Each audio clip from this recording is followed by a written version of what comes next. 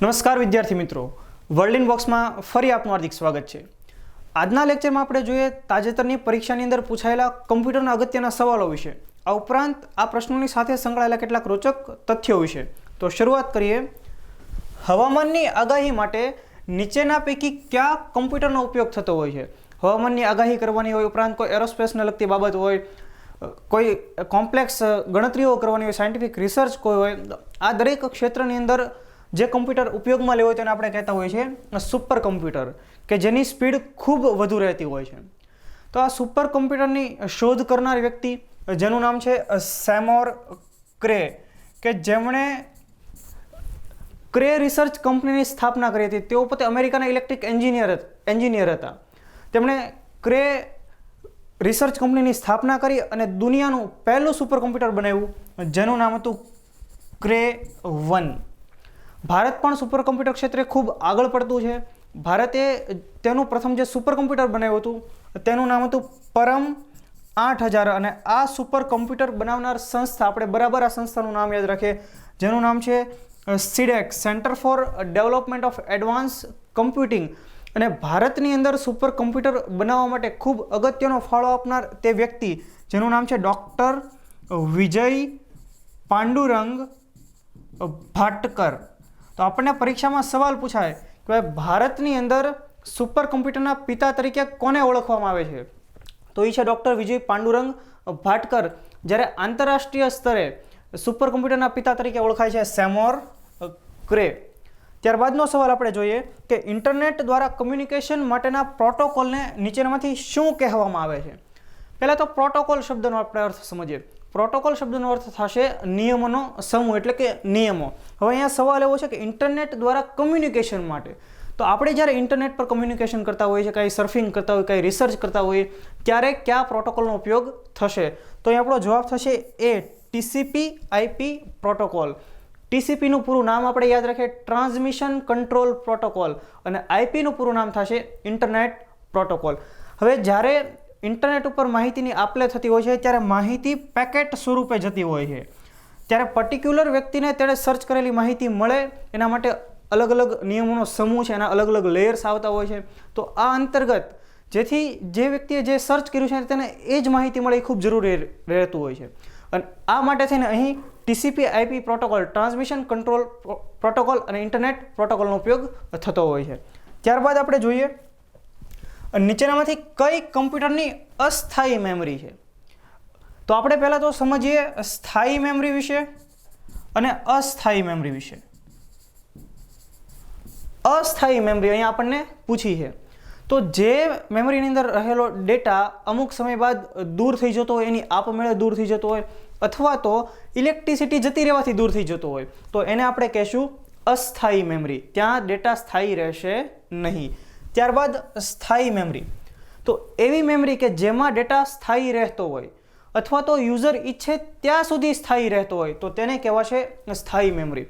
આપણે યાદ રાખીએ અસ્થાયી મેમરીને વોલેટાઇલ મેમરી તરીકે પણ ઓળખવામાં આવે છે, જ્યારે સ્થાયી મેમરીને નોન વોલેટાઇલ મેમરી તરીકે ઓળખવામાં આવે છે। તો અહીં આપણને સવાલ એવો પૂછ્યો છે કે કમ્પ્યુટરની અસ્થાયી મેમરી છે, તો આપણે પહેલાં વિકલ્પ એ તપાસીએ, તો એ છે રોમ। રોમનું પૂરું નામ થશે રીડ ઓનલી મેમરી। તો એવી મેમરી કે જ્યાંથી ડેટા માત્ર રીડ કરી શકાય છે, રીડ ઓનલી મેમરી, તો એની અંદર તો ડેટા છે, તો રોમ કેવી મેમરી થઈ? તો કે એ સ્થાયી મેમરી થઈ, એટલે આપણો જવાબ રોમ થશે નહીં। ત્યારબાદ આપણે ઓપ્શન સી તપાસીએ, પ્રોમ।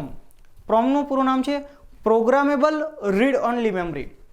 કોઈ યુઝરની પર્ટિક્યુલર રિક્વાયરમેન્ટ હોય તો તેના આધારે પ્રોગ્રામ ડિઝાઇન કરવાનો અને ત્યારબાદ તેને મેમરીની અંદર ફિટ કરવાનો, એટલે અહીંયા આ જે મેમરી છે એ થશે પ્રોમ, એટલે કે પ્રોગ્રામેબલ રીડ ઓનલી મેમરી।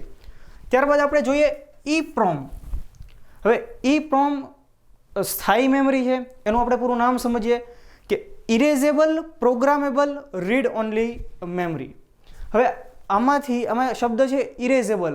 હવે EEPROMની અંદર રહેલો ડેટા દૂર પણ થઈ શકતો હોય છે, એટલે આપણને એમ લાગે કે એ તો અસ્થાયી મેમરી ન થઈ, પરંતુ એ ડેટા અલ્ટ્રાવાયોલેટ કિરણોથી દૂર થતો હોય છે અને ફરી પાછો એની અંદર ફિટ પણ થઈ શકતો હોય છે। પરંતુ અહીંયા આપણા માટે એક વિકલ્પ બી છે રેમ।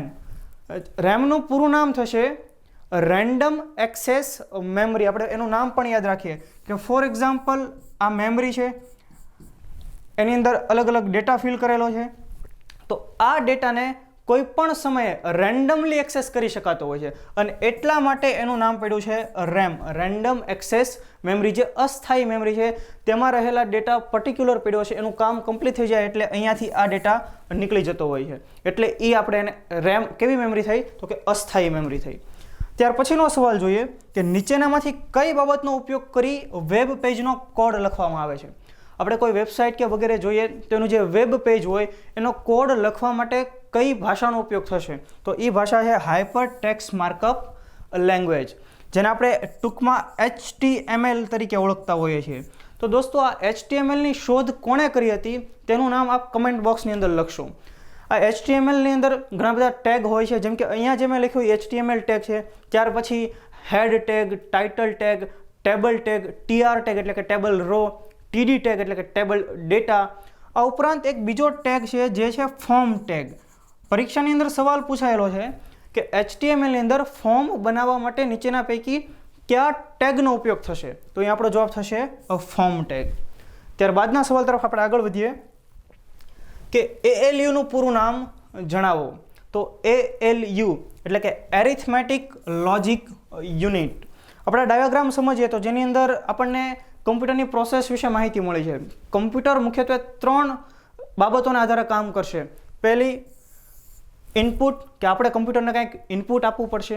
આપણે આપેલા ઇનપુટ ઉપર કમ્પ્યુટર કોઈ પણ પ્રકારની કંઈક પ્રોસેસ કરશે જે CPUમાં થતી હોય છે અને ત્યારબાદ આપણને મોનિટર ઉપર આઉટપુટ મળશે અથવા મોનિટર અથવા અન્ય કોઈ આઉટપુટ ડિવાઇસ સ્વરૂપે આપણને આઉટપુટ મળશે. તો આપણે CPU જોઈએ તો CPUના મુખ્યત્વે 3 કમ્પોનન્ટ સમજવાના આપણે.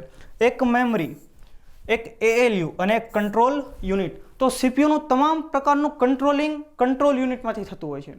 જ્યારે કોઈ ગાણિતિક ક્રિયાઓ હોય, કોઈ તાર્કિક ક્રિયા હોય તો તે ALUમાંથી થતી હોય છે, જેનું પૂરું નામ છે એરિથમેટિક લોજિક યુનિટ. ત્યાર પછીનો સવાલ જોઈએ આપણે કે ગૂગલ કંપનીમાં હાલના ચીફ એક્ઝિક્યુટિવ ઓફિસર તરીકે કોણ છે? ગૂગલના CEO. તો આપણા માટે ખૂબ ગૌરવની વાત છે કે ગૂગલના CEO તરીકે કાર્યરત છે સુંદર પિચાઈ, કે જે ભારતીય મૂળના વ્યક્તિ છે, જેમનું પૂરું નામ પિચાઈ સુંદરરાજન છે અને ભારતમાંથી ભણ્યા, ત્યારબાદ અમેરિકામાં પણ ભણ્યા અને આજે દુનિયાની દિગ્ગજ IT કંપની એવા ગૂગલના સર્વોચ્ચ પદ પર કાર્યરત છે. રિસેન્ટલી સુંદર પિચાઈને પ્રમોશન પણ આપવામાં આવ્યું અને ગૂગલની જે પેરેન્ટ કંપની છે જેનું નામ છે આલ્ફાબેટ, તેના CEO પદે પણ સુંદર પિચાઈની નિયુક્તિ કરવામાં આવી છે. ત્યારબાદનો આપણે સવાલ જોઈએ કે માઇક્રોસોફ્ટ એક્સેલમાં સેલ B2 અને C4નો સરવાળો કરવા માટે નીચેનામાંથી કયા સૂત્રનો ઉપયોગ થશે? તો કોઈ પણ પરીક્ષાની અંદર MS Excel, MS Word, MS PowerPoint, તો આ 3 એપ્લિકેશનમાંથી સ્પર્ધાત્મક પરીક્ષાની અંદર પ્રશ્નો ઘણા બધા પૂછાતા હોય છે.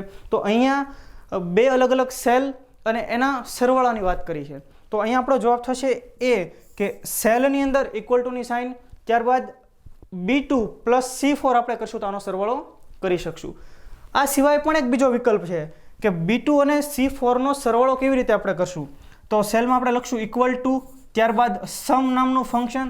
તો આ સમ ફંક્શન થકી પણ આ બંને સેલનો સરવાળો થઈ શકતો હોય છે. તો કાઉન્સમાં આપણે લખવાનું B2, C4. તો આવી રીતે આ સરવાળા બંને રીતે સરવાળો કરી શકાતો હોય છે. તો દોસ્તો આ કેટલાક મહત્વના પ્રશ્નો હતા કમ્પ્યુટરને લગતા, જે આપને આવનારી પરીક્ષાની અંદર ખૂબ મદદરૂપ થશે. જો દોસ્તો આપને વિડીયો પસંદ આવ્યો હોય તો તેને લાઇક કરો, વર્લ્ડ ઇનબોક્સની ચેનલને સબસ્ક્રાઇબ કરો તથા નવા વિડીયોની નોટિફિકેશન માટે બેલ આઇકન જરૂર પ્રેસ કરો. Thank you very much.